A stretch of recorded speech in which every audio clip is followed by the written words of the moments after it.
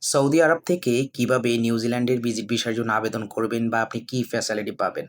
দেখুন, নিউজিল্যান্ডের visit visa হচ্ছে সম্পূর্ণ ই-ভিসা। আপনাকে এম্বাসিতে যেতে হবে না, বায়োমেট্রিক দিতে হবে না। সকল ডকুমেন্টস স্ক্যান করে পিডিএফ আকারে আপনার অ্যাপ্লিকেশন পোর্টালে আপলোড করতে হবে। সো যারা সৌদিতে রয়েছেন তারা কিন্তু খুব সহজেই এই ভিসার জন্য আবেদন করতে পারেন।